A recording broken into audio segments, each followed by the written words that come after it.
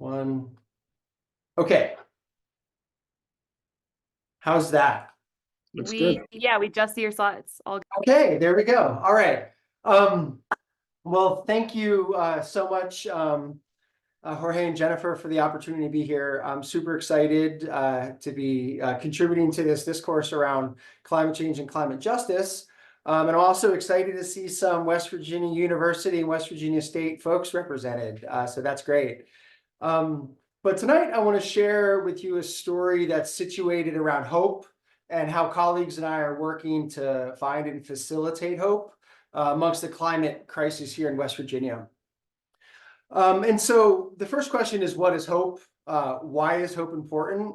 And importantly, like, why is a hydrologist even talking about it? And so we'll get to that later in the talk of like what hope is, but I want to offer a couple of caveats. One is, like many in GradCAMP, I'm trained as a physical scientist, and I was led to believe that by the virtue of doing science, that it was meaningful, and that science and data and models are objective. That's an important point. Two, I am a public scientist working at a land-grant institution with the charge of conducting science on behalf of people to increase health and opportunities and livelihoods. And so throughout this talk, I want you to think of what that means. What does it mean to be a scientist charged with doing work on behalf of the people? And what does that look like? Three, this is one of the first times that I'm actually publicly trying to tell the story of hope. So bear with me if it's a little bit clunky. But if I were talking about flooding a year or two ago, I would have focused on my research group's work on numerical modeling, like to understand what happens to water resources when the atmosphere warms, what climate change looks like in mountain areas like the Appalachians, and what it can mean for ecosystems and society, with a message largely focused on like what is wrong with the world as a means of motivating other scientists and decision makers and voters and students and citizens to act. This is an approach that I've taken over years in the classroom, where I teach classes on hydrology and water resources and watershed management and environmental justice. But shouting the story of doom and gloom is not a real effective means of moving the world forward. With daily reminders of how inequality and inequity and injustices are seemingly increasing everywhere, continued focus on mostly what's wrong with the world actually creates despair. And I've become more aware of this problem with despair when discussing current events such as like floods and wildfires and pollution, racism, inaction, misinformation, dysfunctional governance, war, terrorism, the list goes on. And many of us are exhausted and pretty exasperated. So a common sentiment is that we're screwed, that we can't do anything, and that there may not be any point in trying to do anything. And arguably, the sentiment is shared by society at large, and in youth particular. So this presentation explores how we're going about learning about hope and resilience through our work around flooding and climate change and vulnerability work here in Appalachia. But the talk also explores how we can move forward by situating hope within the science and education and public discourse that we're contributing to, by including other forms of expertise in resilience planning and decision-making. So before jumping into the details, I want to acknowledge my colleagues from WVU Extension, Megan Kruger, and colleagues from WVU Center for Resilient Communities, Grace, Bradley, and Kennedy. We were the recipients of a NOAA Environmental Literacy Program Award recently that is funding this work that I'm going to present here. So it's important to ground our conversation with why research around flooding is so important, but importantly, why scientists must continuously ask ourselves who we think we're doing work for and who we're actually doing work for. Is it to improve livelihoods and opportunities like the land-grant mission, or is it to win grants to do more science? Like so many places, Central Appalachia has been experiencing catastrophic and tragic flooding that's being driven by a warming atmosphere. And this is relatively easy to explore as an earth scientist through an earth scientist perspective, using models, data, and first principles. But research on flooding is more than just mass and energy. It's also having conversations about places, people, livelihoods, economies, and the communities. And importantly, it's about lived experiences. It's also about stories of survival. It's about hope, and it's about solidarity. And I'll let you read this quote from a father who was reflecting on the 2010 floods in Harless Creek, Kentucky. When we do this work around flooding, we implicitly need to consider who the work is being done for. The stories are also about lived experiences. It's about tragedy, loss, and trauma. It's about how people are putting one foot in front of the other, continue despite the climate crisis and how it's manifesting in places like Appalachia. This is a picture from the Eastern Kentucky floods in July 2022, and there's so much embedded in this picture. There's a river, there's a road, there's a bridge, but there's also a truck that certainly is driven by people. And there's a house that's perched on top of the bridge, likely a house that people called home. And so these sorts of stories and these sorts of images are part of how we need to think about moving the world forward amongst the climate crisis. Because flooding is a global problem. It's just not Appalachia. It's the most prevalent hazard across the globe. It's the leading cause of death from disasters. And flood risks affect about 23% of the world's population. And so arguably, as we move through the 21st century, wrapping our minds around how to move the needle around flooding and flood vulnerability is critical. People everywhere are at risk of being flooded. This map from the Forestry Foundation shows the percent of residential properties at risk in the US, the current flood risk. And if you zoom in on this map to the Appalachian region, what you see, it has some of the highest flood risks in the country. In fact, West Virginia is tied with Louisiana, low-lying Louisiana, for the greatest number of properties at risk of flooding. But like floods, vulnerability is unequally distributed across communities, and this is due to a few factors. One important factor is procedural injustice excludes participation in the decision-making process, and therefore excludes communities from influencing the political economy that shapes social safety. This is what Professor Torres was alluding to with participation from First Peoples across the US. Another problem is marginalized and under-resourced and underrepresented communities have high pre-hazard precarity, meaning that they're already starting before a disaster strikes from a place where the capacity to absorb shocks are lacking, assets are inadequate, and social protections are absent or failing.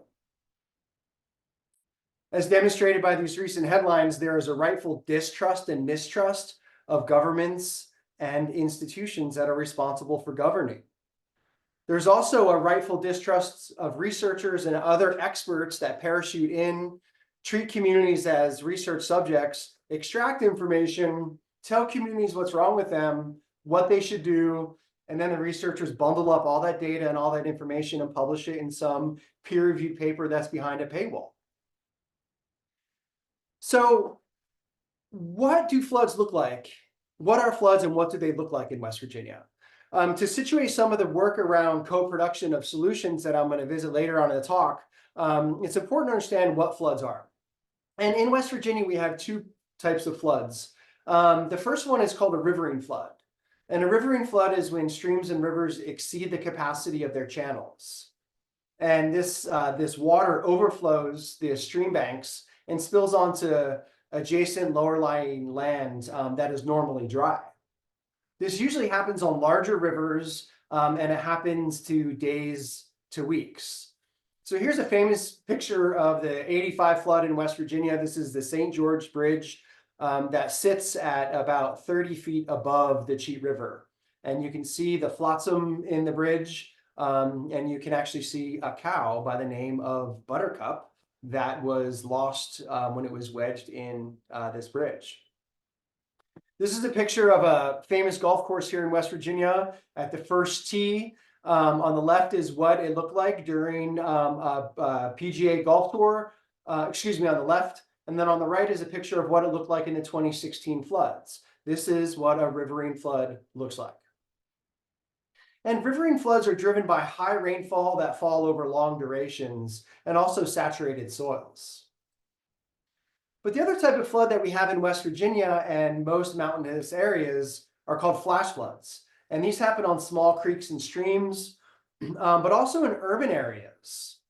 And they frequently occur outside of the floodplain, which means people who own homes and property that are subjected to flash flooding likely don't have flood insurance to help with the recovery process. Flash floods happen on the order of minutes to hours, meaning it's very hard to send out early warning and prepare communities to evacuate. So this is an example from recent flooding here in West Virginia from 2019, where a small creek that ordinarily passes under the road through a culvert, that culvert's blown out. And this is another small creek in Lincoln County, West Virginia, flooded in 2021. Flash flooding is driven primarily by high intensity rainfall, and importantly, where that rainfall rate exceeds the infiltration capacity of the soil. Now, West Virginia has a long, rich history of flooding, and this is for a couple of particular reasons. We have over 54,000 miles of streams and rivers in the state, giving us the greatest density of rivers in the country. We have a steep, complex topography, convergent weather patterns with weather coming from the Atlantic and hurricanes, from the Gulf of Mexico, from the Midwest, and also from the North Pole. And these weather systems have a tendency to converge over West Virginia, delivering a lot of precipitation. Flood vulnerability in West Virginia primarily follows the fact that most development and most houses in West Virginia and the Appalachian region are adjacent to streams, creeks, and rivers. This is a picture from a house in McDowell County in southern West Virginia, and you can see that a wall was actually built, the river or the creek, out of where the house was developed. We have a rural, dispersed, and isolated population. Infrastructure is really expensive, and infrastructure here and in many marginalized areas are inadequate and poorly maintained. We have a low tax base, which means we don't have the capacity to invest in infrastructure. We have food, water, energy, health, income, and mobility insecurity. People simply don't have the means of adapting or addressing or absorbing the kind of impacts that we're experiencing. And this again goes back to this notion of high pre-hazard precarity. In West Virginia, we also have land use and natural resources extraction that drive the political economy. Most notably is coal mining, but we also have forest harvesting. We also have oil and gas development. And to show to give you a picture of what land use changes in Appalachia look like around coal mining, this is a picture from the Coal River Basin in southern West Virginia prior to mining. And this is what it looked like after surface mining. So our land use practices are fundamentally changing how water works. So most recently, or not most recently, but one of the largest and most impactful floods that occurred in West Virginia in recent times was the 2016 floods that largely happened in southeastern West Virginia. And this storm delivered 7 to 10 inches of rain over a 24-hour period. It impacted over 1,500 square miles. There were 23 fatalities, 1,500 homes destroyed, 4,000 homes impaired, 125 businesses destroyed, and over $100 billion in property damage alone. This does not consider the economic impact of disruption to people's ability to go to work, to schools being lost, schools completely being swept away from the landscape, from bridges being lost, from water treatment facilities that are all located along the river being lost, and so on and so forth. So this 2016 flood is the sorts of floods that we are anticipating experiencing more throughout Appalachia. And actually, since 2007 to March 22, West Virginia has recorded over 1,600 floods. Each county in the state, on average, has had around 30 floods. Since the fateful 2016 floods, there were 968 floods between 2016 and March 2022. Now, one of the problems in these flooding is, as discussed earlier, is the location of flooding is not felt equally across the landscape. Taking the point flood data, we looked at used hotspot analysis to understand where floods are most likely going to occur in West Virginia. And what you can see, the warmer the color, the greater the propensity for floods to occur. And what you can see is flash floods are primarily focused in north central West Virginia and what we call the southern West Virginia coal fields. Both of these regions are coal dominant areas with underground mines and surface mines. And communities throughout these areas, these hotspot areas, are undergoing a very rapid post-coal transition that leaves communities exposed. That means people are leaving the communities because they don't have employment. What it also means is that communities are being left behind. And unfortunately, floods in West Virginia in many places are increasing. And then the question becomes, well, why are floods increasing? And the answer, if you take one thing away from this talk, is that warmer air temperature means that there's more flooding. So globally, average surface air temperatures have increased by about 1.8 degrees over the last several decades. In West Virginia, air temperatures have increased by about 1 degree Fahrenheit. And when I talk about this kind of climate change, inevitably I'm asked, does like 1 degree Fahrenheit change even matter? And the answer is yes, it actually matters quite a bit. And the reason is that warmer air holds more water. And the way you can think about this is the atmosphere is like a balloon. When a balloon is blown up with warm air, it expands. And then what happens when you take that balloon and walk out into, let's say, a January day outside? It's going to contract. And so the atmosphere expands under warming conditions and contracts under cooling conditions, just like a balloon.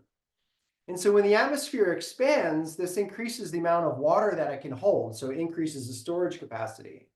But warmer temperatures also increase evaporation from the land surface, from the trees and forests, from rivers, from soils, wetlands, and so on and so forth. And so what is happening is a small increase in air temperature is translating to a disproportionately large change in the amount of water that the atmosphere can hold. And this relationship between air temperature and water vapor is nonlinear, meaning that a very small change in temperature relates into a disproportionately large change in the water vapor. This relationship can be described mathematically by every 1 degree Fahrenheit increase in the atmospheric temperature, the atmosphere can hold 4% more water. And so what this means is as the atmosphere warms, there's more frequent storms, extreme rainfall, and floods. And a recent report by Climate Central, a nonprofit climate research and education advocacy group, found that heavy rainfalls throughout the US are increasing, whether you're in the desert Southwest or in the Northeast. Some communities have experienced as much as 40% increases in rainfall intensity, importantly, hourly rainfall intensity. In Huntington, West Virginia, which has been hammered by multiple catastrophic floods each year in the last few years, hourly rainfall since 1970 has increased by 28%. What that means is in every hour of rainfall, there's 28% more water that's falling to the landscape. And these are some recent images from the recent floods in May 2022. High intensity rainfall falling very quickly on steep mountain slopes. And unfortunately, the problem is just going to be exacerbated. This map shows the percent change in properties at risk of flooding by 2050 compared to current day. And the darker the green the color, the greater the percentage of properties at risk. And what you can see is there's some counties in West Virginia where their flood risk is increasing by 40% over the next 30 years or so. In fact, 56% of West Virginia's fire and police stations are at risk of flooding, 46% of roads, 38% of schools, 37% of commercial buildings. the climate crisis here in West Virginia is real and is expansive and pretty overwhelming, especially when you think about, fire and police stations being first responders during disasters, especially when emergency vehicles and egress and evacuation takes place along roads. And so while West Virginia is one of the most flood-prone states in the country, the West Virginia government and citizens remain deeply unprepared to adapt to future hazards, let alone to recover or rebuild in the aftermath. And despite unequivocal evidence that humans are driving climate change and that there's increases in extreme storms, as many as 51% of West Virginia adults don't believe that global warming is happening, and as many as 61% don't believe that it's affecting the weather. And so I'm not going to play this this news clip for you. You can watch it later, but basically the news, CNN came to West Virginia and started knocking on doors, asking people what they thought about climate change and what they thought about flooding. And the take home of this video was there are numerous residents that don't care that climate change is happening. They would rather see a preservation of culture and lifestyle that they grew up with. They would rather have more coal than limiting or reducing our carbon-based economy if that meant that it reduced floods. So flooding is a wicked problem, and preparing society for more floods is challenging, especially with this deep mistrust and distrust of experts and science and institutions. And it's pretty easy to be overwhelmed by the scale and complexity of climate change. And again, this feeds that cycle of despair, which then leads to inaction, and it creates a negative feedback loop. So, the question is, how do we move forward? And here is the shift away from that doom and gloom to thinking about where we can go. And so how do we move forward? We need to situate all of our action around hope. And you may ask what hope is, and Dr. Cornell West, in my opinion, has some really important insights around what hope is. Hope is about everybody trying to contribute to the push, the motion, the momentum, the movement for something bigger than themselves. It's different than optimism. Optimism tends to be based on the notion that there's enough evidence out there to believe that things are going to get better. But hope looks at the evidence and says, yeah, it doesn't look good. It doesn't look good at all. But what we need to do in places like West Virginia and other marginalized areas of the country and the world is to go beyond the evidence to create new possibilities that allow people to engage in heroic actions, always against the odds, no guarantee whatsoever. Those quotes from parents that I showed in the beginning of this presentation, those actions are based on hope, that those parents and those families, those children will survive the flood. So why is hope important? Hope is imbued with a positive feeling about the future.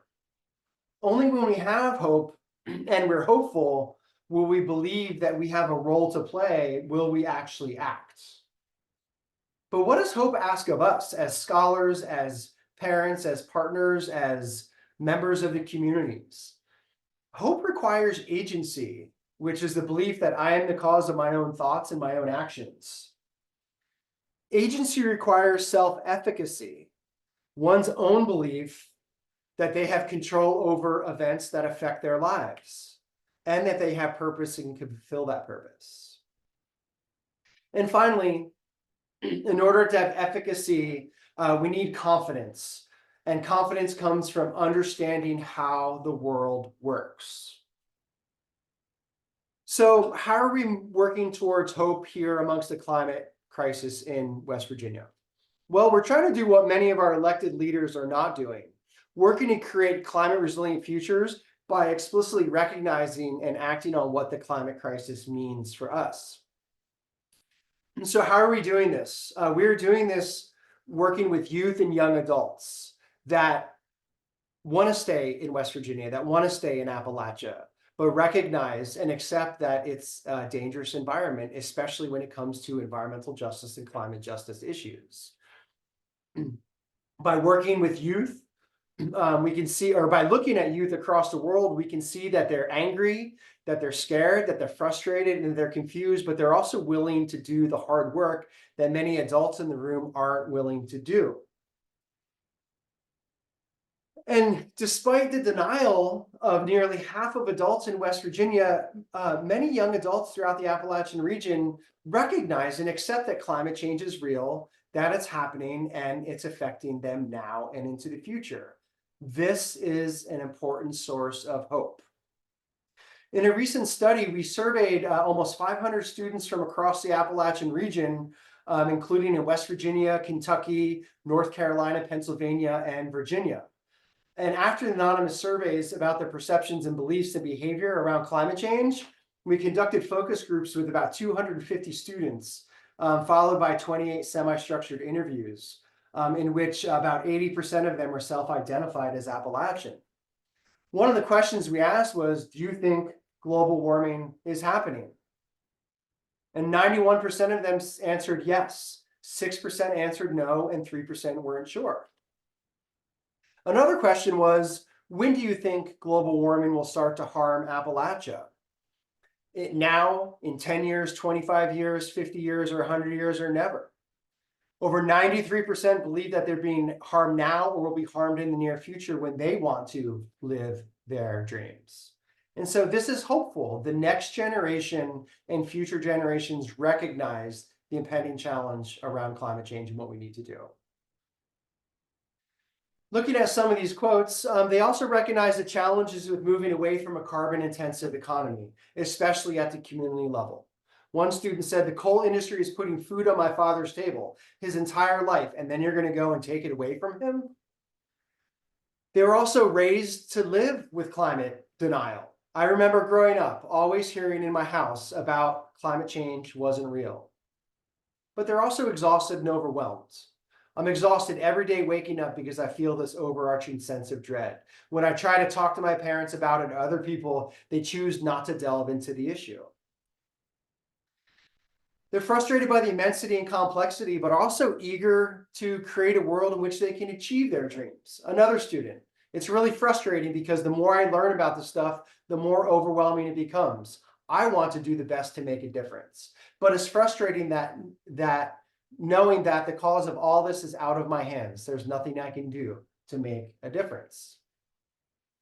And the uncertainty of the future. My main concern is my inability to have a future and to experience life as an independent adult. What does my future look like? So in thinking about the youth and thinking about planning for the future implicitly needs to require the youth, and also thinking about this pedagogy that follows this arc of hope. My colleagues and I have been working with youth in West Virginia that is founded on the co-production of knowledge, data, tools, and technology and solutions, the co-production of that knowledge with the youth and the community members themselves. So in the process of co-production, community members are treated as experts in their lived experiences. And despite what many experts believe, community members have a better understanding of their needs and their realities than the researchers. And of course, Professor Torres mentioned this as well in the previous talk. An important element of co-production is that it builds trust, it builds confidence, and it allows participation of the community in the decision-making process. And so the Preparing Agents of Change for Tomorrow is our current project that's aimed at moving the needle on flood vulnerability in at West Virginia, and it's situated around increasing youth participation in the data, in the planning process around flood resilience. And the project is comprised of 3 different tiers, which I want to describe to you. And I want to describe this project to you because, again, as trained as a physical scientist and as an earth scientist, I was led to believe that I and people that look like me were the only ones with the answers. And the PACT project is about redistributing power around who is an expert and what expertise is. And so the first tier is this disaster and resilience literacy. The second tier is this youth-led resilience planning that I'll describe here shortly. And the third tier is a youth leadership network. And all of this is designed or aimed at cultivating the next generation of leaders, problem solvers, and decision makers through this process of co-production, but with the delivery or the mechanism of change being through this intergenerational learning, which if you read the Lawson 2019 paper speaks about that process. And by having youth do the work and come up with the plans and the solutions to their community climate crises, this draws attention to the need for communities to be prepared, to create safer, healthier, more hopeful, and equitable communities. And so the first tier of engagement aims to build a foundational knowledge necessary to build this confidence, but also to enhance public discourse and inspire personal action around the challenges of flooding here in West Virginia. The foundation of Tier 1 is West Virginia ClimateLink, which Jennifer mentioned in my introduction. And this is the public-facing interactive atlas and data repository, planning tool, and education platform that students are using to understand what risk and vulnerability look like in their community. They're learning activities around resilience, around climate hazards, drivers of flooding, structural vulnerability, and stories of resilience. The Tier 1 is really focused on establishing this foundational knowledge. But through that process, students are also developing household emergency plans and leading the change within their communities, within their hollers, within their households on making sure everybody can prepare for the next flood. The second tier of engagement focuses on youth-led resiliency planning that's facilitated by the research group, and youth are leading the assessment and mapping of the features in their community that makes them vulnerable, but also makes them resilient. They're focusing on socioeconomic indicators, landscape features, critical infrastructure, hazards identification, and disaster preparedness and asset mapping. And then they're actually doing the planning by leading community workshops in this co-production of knowledge around what to do. And then their plans will be submitted to the West Virginia State Resiliency Office that's charged with doing the flood planning in West Virginia. This third tier of the project is a youth leadership summit. Each year, all the students involved in the project will come to West Virginia University campus, and they'll present to a larger community of public officials, of scientists, of decision makers. They'll learn about vulnerability and resilience in other communities by sharing their plans. They'll share their experiences with the goal of developing a peer network of climate youth ambassadors throughout West Virginia that can support each other as they facilitate and promulgate hope in their communities. And then finally, the goal is to train a workforce, a climate-ready workforce in Appalachia to do the hard work on creating more equitable and resilient communities. And finally, at the end of this project, the entire curriculum is going to be publicly bundled and distributed. So any household, any community, any organization, any school can replicate the process of community flood resilience planning. So I went over a lot, and I'd like to distill the last, what I think the most important points are about this, especially recognizing that you are all early career scholars that are coming to the table, matching the scientific process or promulgating policy through law, working around food, working around energy, working around natural resources. And I want to leave you with these thoughts as a means of, as you move forward in your own learning and reflection and work around this to really think about this. So creating healthy, just, equitable, and vibrant future despite these challenges requires us not giving up.